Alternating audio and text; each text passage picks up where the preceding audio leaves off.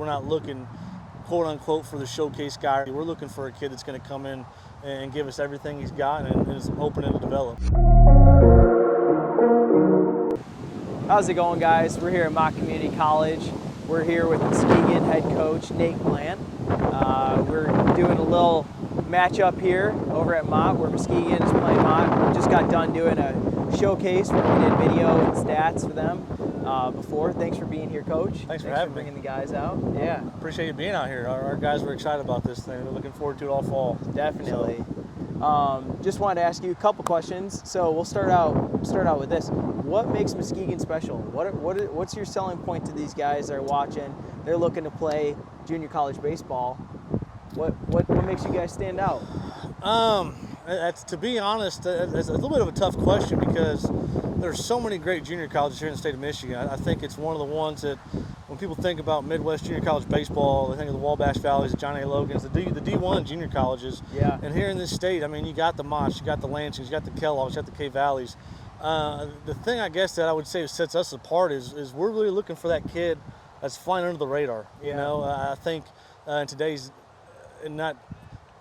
age, everything's, rankings and all this kind of stuff. And I think what really separates us or puts us on the map is there's a lot of kids that you have to get on the road and find, and you got to find that diamond in the rough, and you got to do your homework and stuff.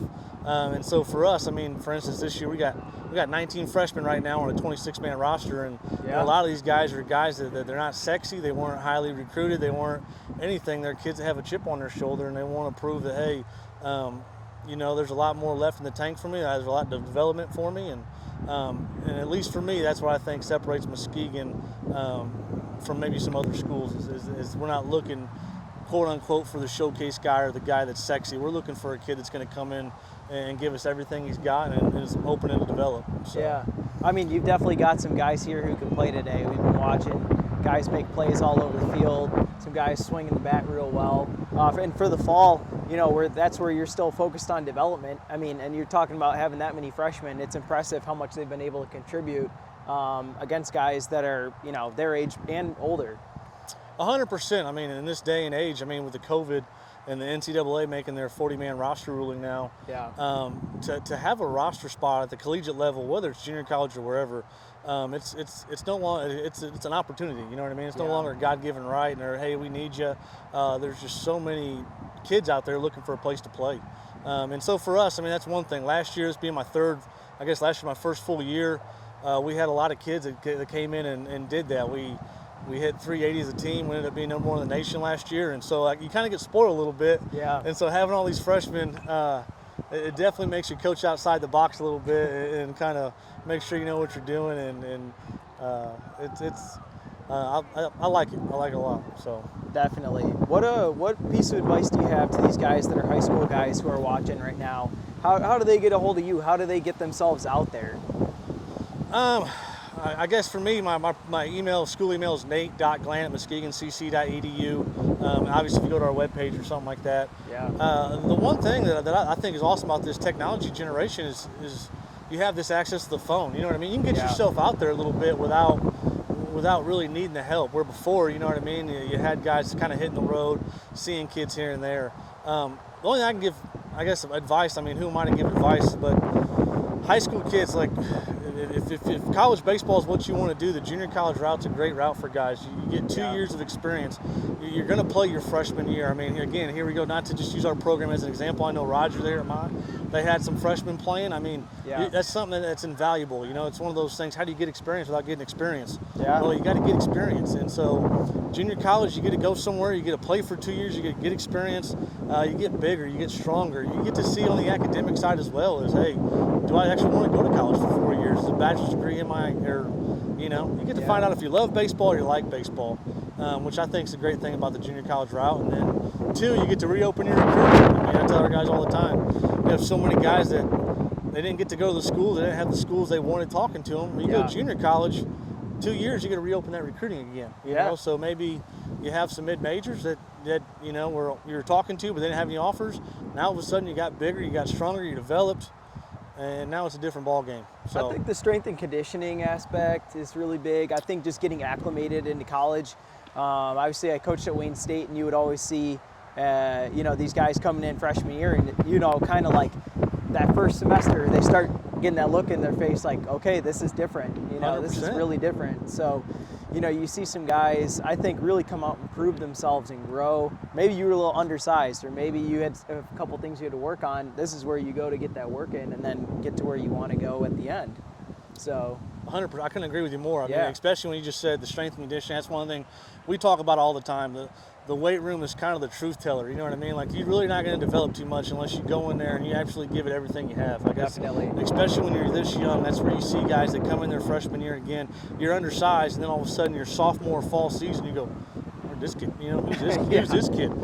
Just because you're learning how to, you're doing all the things that you need to do, but that's really where the athletic growth and development comes from. So for us, that's a big staple, is that lifting side of things as well, because that's where guys are really going to truly become better athletes. And for you guys at home, guys, this is a 5-day-a-week thing, and then the other days you're still working out. You might not be lifting, but you're still working out. I mean, it's lifting, it's yoga, it's the mental side of it. Like, it's a lifestyle, man. And I think that's the great thing about JUCO baseball, is you get to experience that lifestyle and see what it's all about and see if it's for you. 100%. That's what I've got plenty of friends that are in the NCAA level, and that's one thing they'll tell you, is they got the care hours to deal with. Luckily, I know people call us bandits. Well, it's because we get to be out here. We can be out here 7 days a week if we want to. Yeah. You can be as hands-on as you want. And again, that's where that experience comes from, because again, I know it just is what it is, but with the roster numbers the way they are, if I go sit somewhere and you're gonna have to sit behind a junior and a senior, come somewhere and play and develop and up your game. So that's the biggest thing I give high school kids, is don't rule out junior college. I know it's got a bad, I wouldn't say stigma to it, but especially up here in Michigan, there's some dang good baseball being played up here. I mean, again, Kellogg, I know they're in our conference, probably shouldn't promote them, but they go to the World Series every year. You know what I mean? Like, there's something to be said about that. That's like, one of the strengths of playing at your school, is the fact that you're playing against other good schools, because scouts come out to watch that. Scouts, they pay attention to what you have going on, and they know that when your guys are out here playing Mott or Kellogg or whoever it is, those stats are legit stats because they're seeing good competition. I think that makes a big difference. Absolutely. That's one thing I've been such a proponent of trying to make sure people, hey, come up here. I mean, again, Lake Michigan. I mean, just do your homework and check out some of the junior colleges. I mean, Waz is doing great things over there. Eddington, good with GRCC. I mean, there's so many good things going on. And obviously, Roger, I get to know him over the last couple of years, and I love picking his brain. And it's refreshing when you get junior college coaches. We don't make much money, but it's refreshing when you get around people that truly care about kids, and not just on the baseball side of things, the academic side of things. And there's a lot of guys up here that are coaching these conferences that are doing it, not just on the athletic side, but the academic side as well. Because that's the other thing I'll tell you guys is, don't just come to junior college or think JC is athletic only, because if you can't get a 3.0 GPA and associate's degree, you're not going to get very much academic money.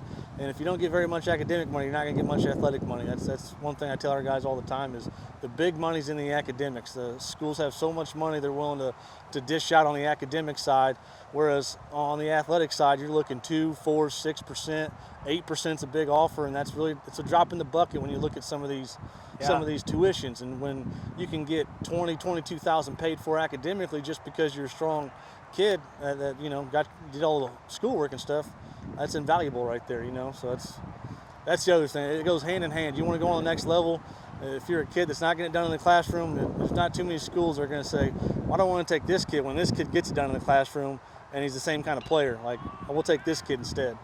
Man, I wish I would have heard you talk when I was in high school. Oh, I don't know. Because I needed that. I was that guy that, I don't know, you get kind of in a rhythm, and you maybe don't always understand the value of the education that you're getting in high school. And to me, I think all it came down to was someone saying, hey, you're going to get paid for your grades one day.